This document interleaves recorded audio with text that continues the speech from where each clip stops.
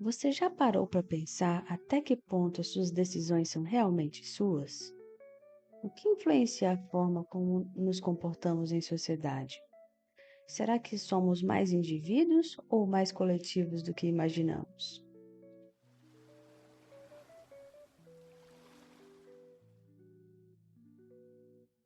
Esse é o podcast Aqueronta Psicologia.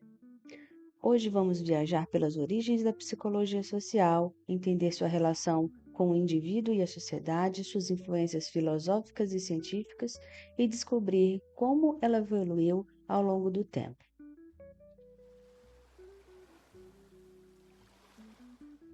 Ao final deste episódio, você possivelmente terá uma nova perspectiva sobre como o mundo social molda nossas ações, nossos pensamentos e muitas vezes sem que a gente perceba. Meu nome é Lídia Brelas, sou graduada e mestre em psicologia e quero te convidar para navegar pelos afluentes dessa área de estudo que pode ser tão vasta.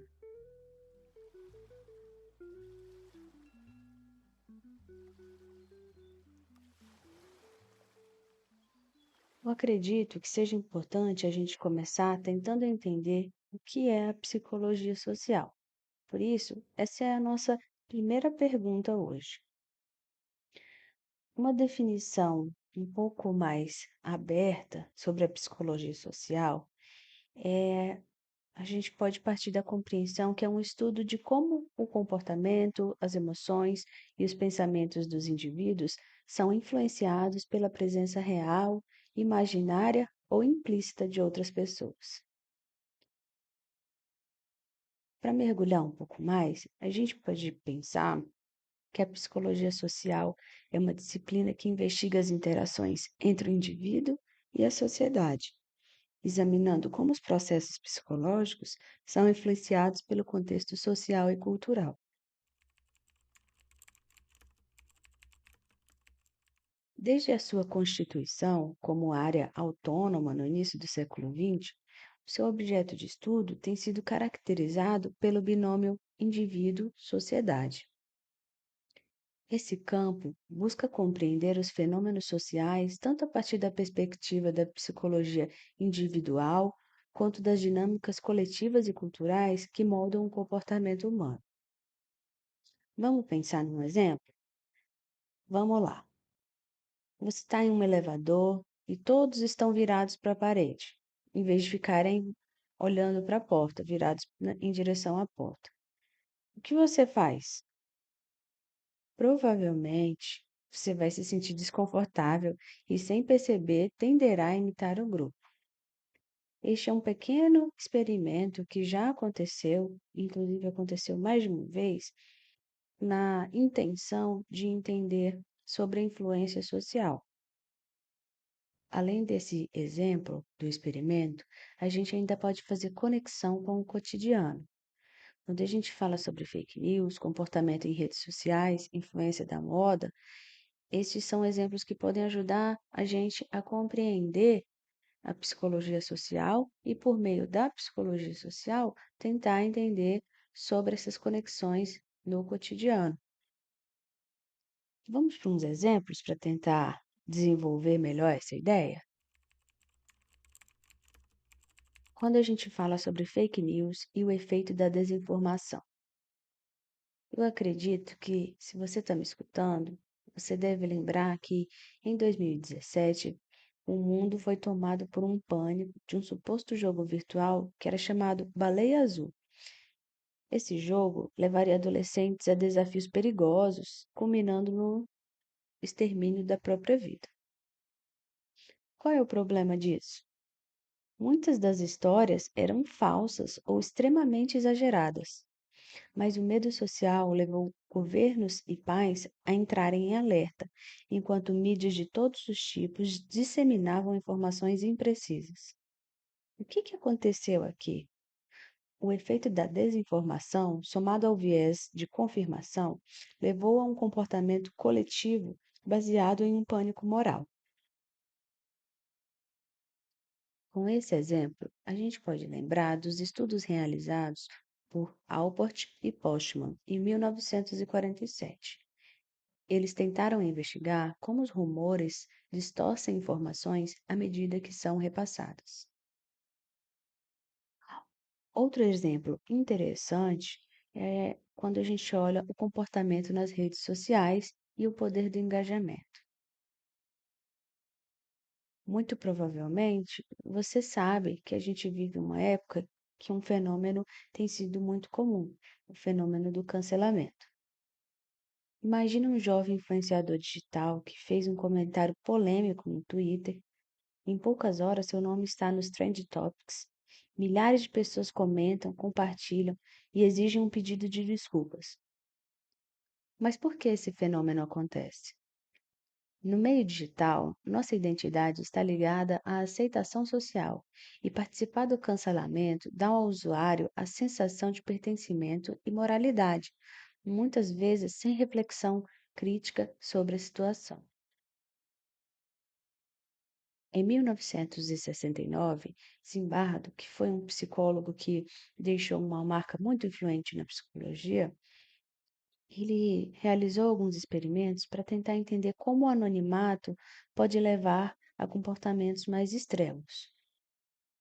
Mais para frente, em outros episódios, a gente vai discutir sobre esses experimentos.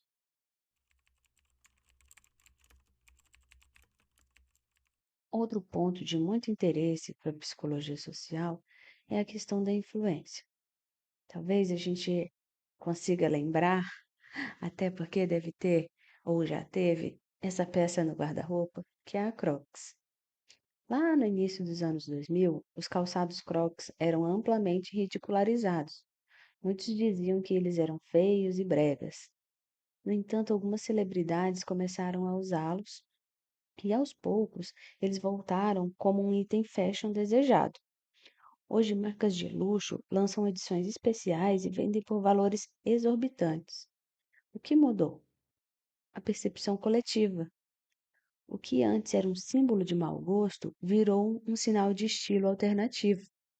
Mas será que nós escolhemos mesmo o que gostamos ou seguimos padrões impostos? Existe um experimento muito interessante realizado por Solomon Asch em 1951, e ele tentava investigar o efeito da conformidade. Ele queria entender como a opinião do grupo pode influenciar a percepção individual. Esse estudo do Asch ajudaria a gente a pensar no fenômeno da Crocs, que a gente está discutindo aqui.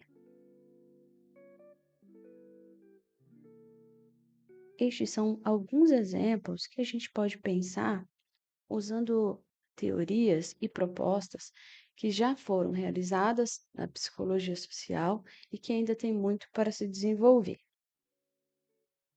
Bom, com esses exemplos que eu te contei, talvez você esteja pensando algumas coisas relacionadas ao indivíduo e à sociedade e como essa relação pode ser complexa.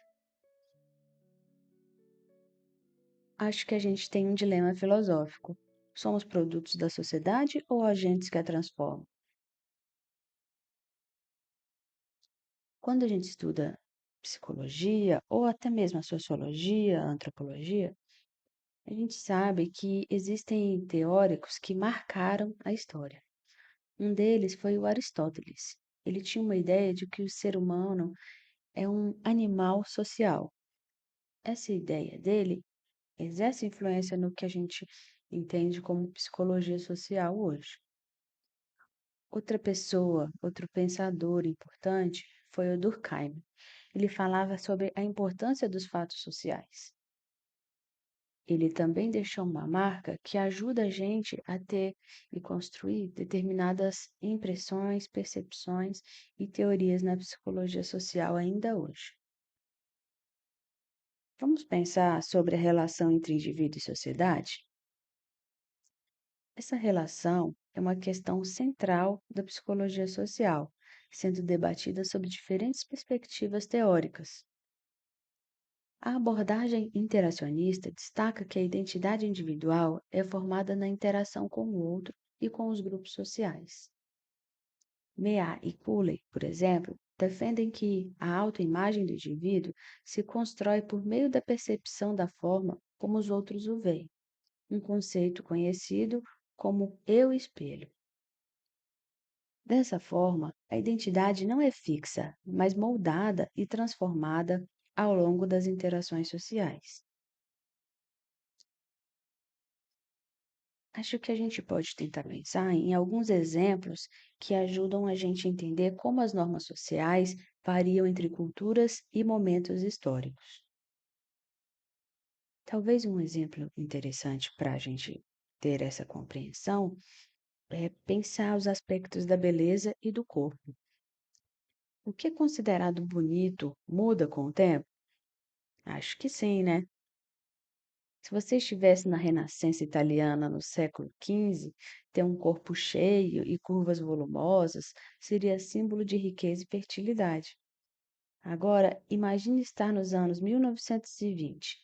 Corpos magros, andrógenos e vestidos retos dominavam as passarelas.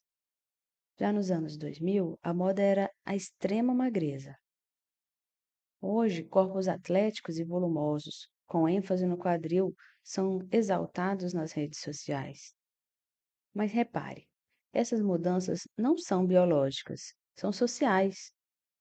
O que a gente aprende com isso? O conceito de beleza ideal é uma construção histórica e cultural que se transforma ao longo do tempo e influencia comportamentos, autoestima e até hábitos de consumo. Algo para a gente pensar é: será que aquilo que você considera belo hoje será visto da mesma maneira daqui a 50 anos? Outro exemplo que ajuda a gente a pensar tem a ver com relacionamentos e casamento. O que é, entre aspas, normal para um casal muda com o tempo e o lugar. Hoje, no Brasil, muitas pessoas veem o casamento como resultado do amor entre duas pessoas, mas essa ideia é bastante recente. Durante séculos, casamentos eram arranjados pelas famílias, visando alianças políticas ou econômicas. Em algumas culturas, isso ainda é comum. No Japão feudal, por exemplo, um casamento arranjado era a norma e o amor poderia ou não surgir depois. Agora pense: se você tivesse nascido há 300 anos, provavelmente não escolheria seu parceiro. Isso faz você refletir sobre como nossas ideias de amor são moldadas pelo tempo e pela cultura. Se o amor romântico é uma construção social relativamente recente, será que ele continuará sendo o modelo dominante no futuro?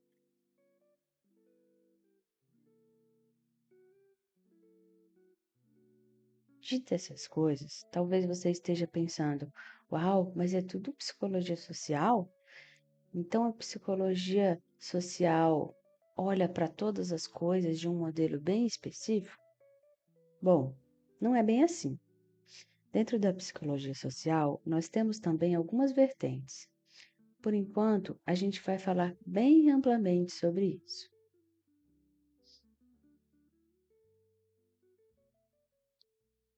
Uma forma de compreender o desenvolvimento e a história da psicologia social é olhar uma divisão. É a gente pensar a psicologia social psicológica e a psicologia social sociológica. A psicologia social psicológica, ela foi fortemente influenciada por Gordon Allport. Ela foca nos processos intraindividuais e tenta estudar como os pensamentos, sentimentos e comportamentos dos indivíduos são influenciados pela presença real ou imaginada de outras pessoas. Já a psicologia social sociológica, conforme definida por Stefan, enfatiza a experiência social do indivíduo dentro de diferentes grupos sociais, analisando as estruturas coletivas e os significados compartilhados que emergem dessas interações. Então vamos lá. Na psicologia social psicológica, a gente estuda como os processos mentais individuais são influenciados pelo meio social. Exemplo disso tem a teoria do comportamento planejado, teoria da dissonância cognitiva e por aí vai. Na psicologia social sociológica, a gente examina como estruturas e instituições moldam o comportamento coletivo. Um exemplo disso seria a teoria do interacionismo simbólico de Mear. Talvez fica mais fácil a gente entender quando a gente pensa em exemplos que a gente vivenciou de alguma maneira. Certamente você deve lembrar do movimento Black Lives Matter.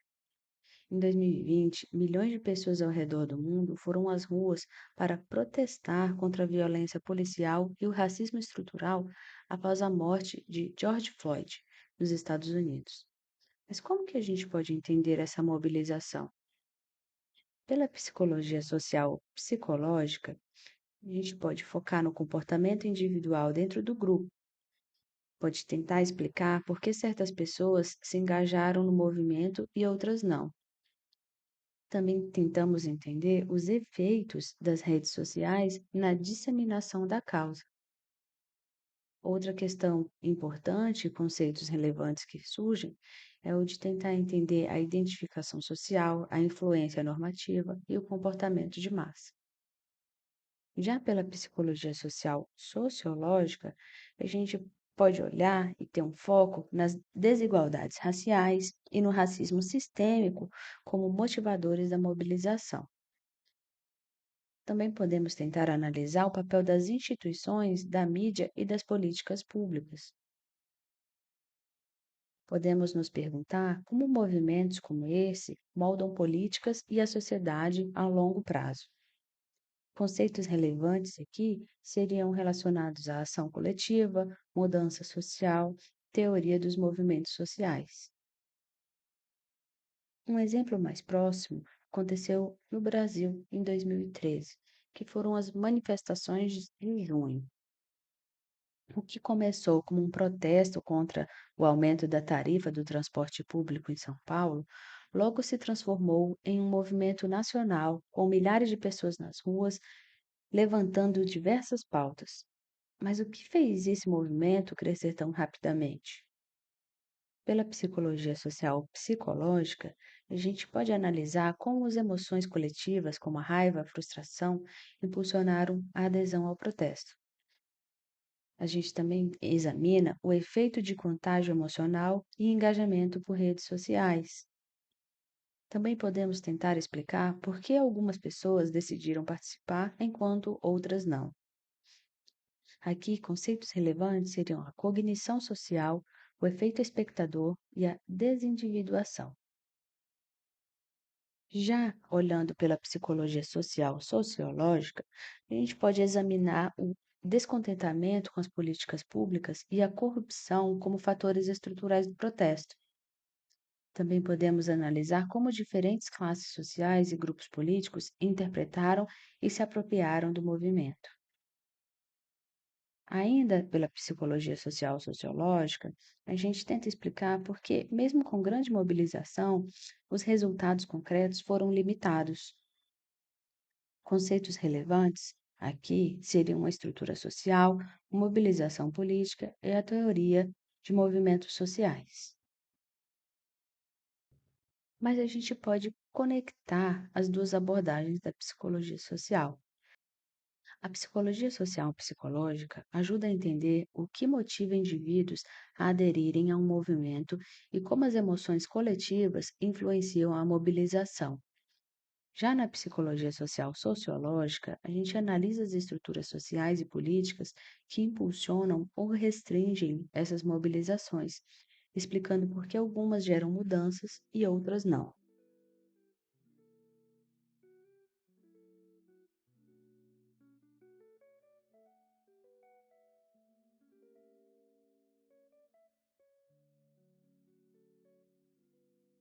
Agora é a hora de dar um passo além.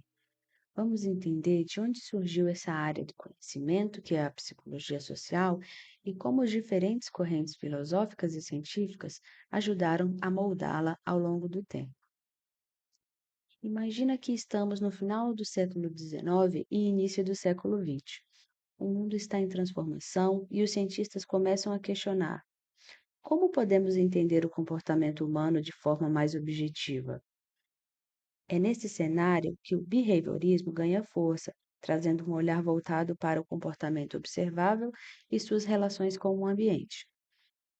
Esse modelo ajuda a estruturar a psicologia social, mas não é o único caminho.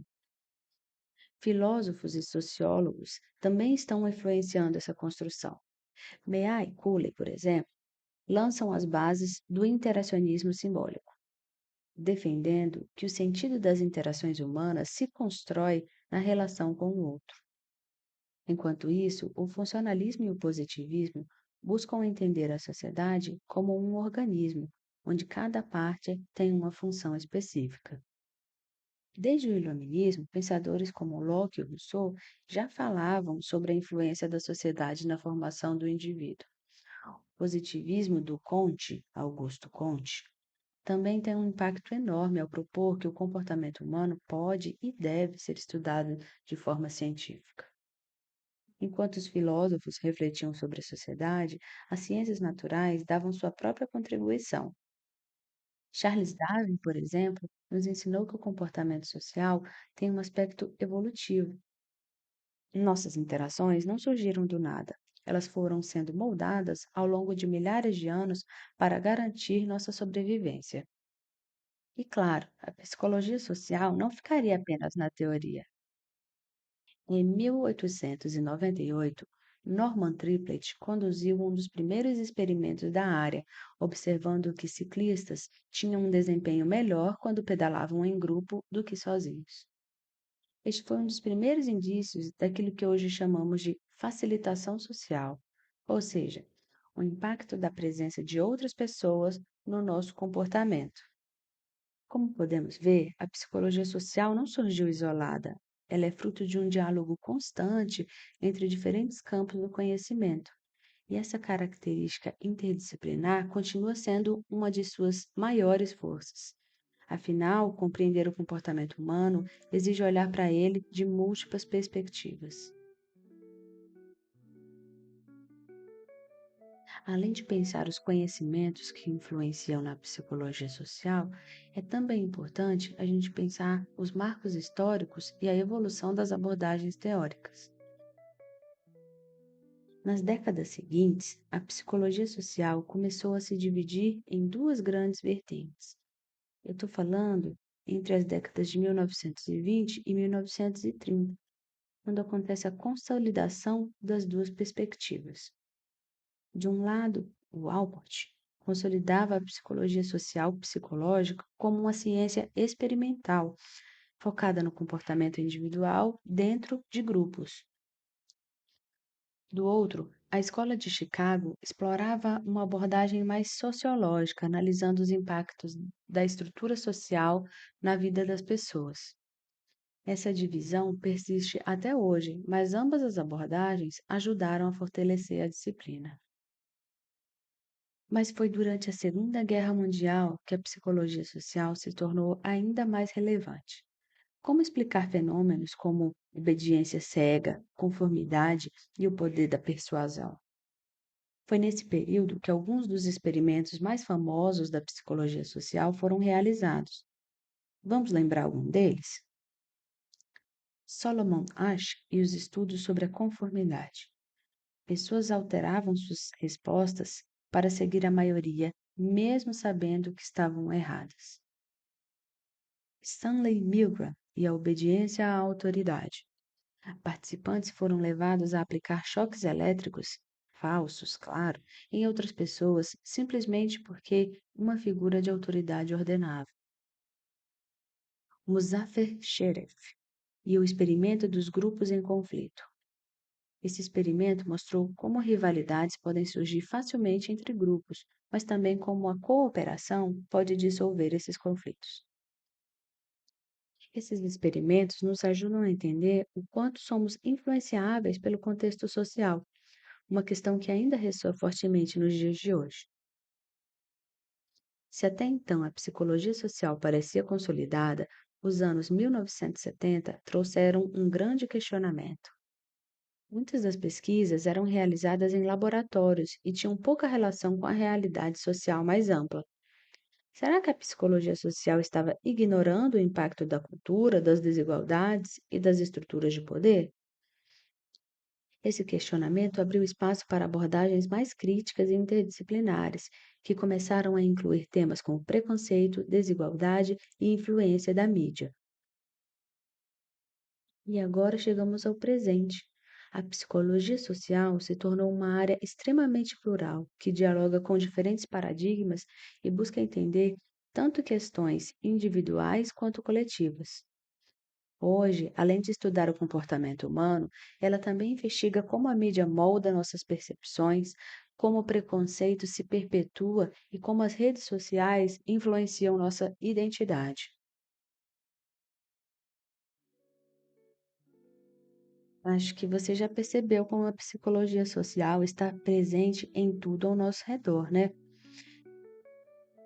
Seja na política, no marketing ou até mesmo nas interações cotidianas. Estamos sempre sendo influenciados pelo contexto social. E aí, qual aspecto da psicologia social mais te intriga? Agora que você conhece um pouco mais sobre psicologia social, será que as suas escolhas diárias são realmente individuais ou há algo maior influenciando o seu comportamento? Obrigada por me acompanhar até aqui. Eu te espero no próximo episódio. Esse episódio foi escrito, gravado e editado por mim, Lídia Brelas. Para isso, eu me baseei no capítulo Breve História da Moderna Psicologia Social, no livro Psicologia Social, Principais Temas e Vertentes, de Cláudio Vaz Torres, Elaine Rabelo Neiva e colaboradores. Usei a primeira edição do livro, que foi publicado pela editora Artimed em 2011.